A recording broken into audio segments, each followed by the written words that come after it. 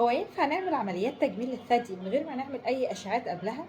الإجابة لأ، لازم قبل ما نعمل أي عملية في الثدي تجميل أو غير تجميل نبقى عاملين أشعة أو فحوصات لازمة على حسب سن المريضة اللي تؤكد لنا أو تنفي وجود أي أورام أو أي أمراض في الثدي تستدعي التدخل أو العلاج قبل العملية التجميلية.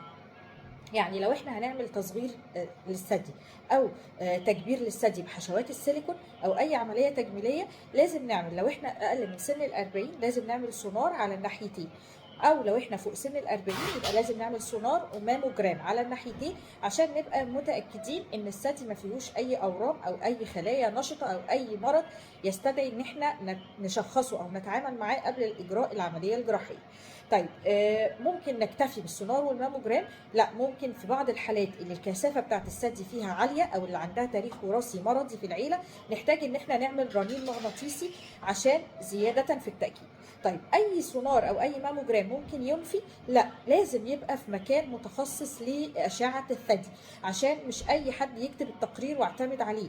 لسه كان عندي حاله قريب كانت بتعمل عمليه تصغير للثدي وعملت السونار في مكان مش متخصص قوي وطلع السونار طبيعي ما فيهوش حاجه، ودكتوره التجميل اثناء الشغل لقت في حاجه مكلكعه في الثدي فاخدتها كعينه، ولما اتحللت طلع ورم سرطاني للاسف.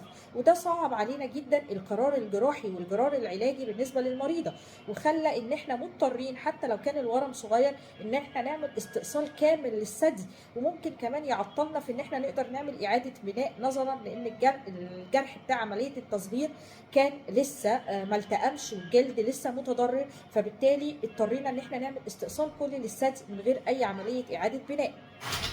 فان احنا نعمل اشعه والاشعه تبقى في مكان متخصص موثوق فيه ان انا اقدر اعتمد عليه في القرار اذا كان الثدي ده ما فيهوش مشكله او لا، وبعديها اقدر اعمل عمليه التكبير او التصغير او ايا كان العمليه التجميليه اللي هقدر اعملها في الثدي، هبقى مطمن ان شاء الله مش سايب حاجه ورايا او ما اغفلناش حاجه في الثدي، او يطلع لي مفاجاه بتحليل الباثولوجي بعدها واكتشف ان في وجود ورم ما تشخصش بالاشعه الغير متخصصه او ان احنا ما عملناش اشعات خالص قبل العمليه.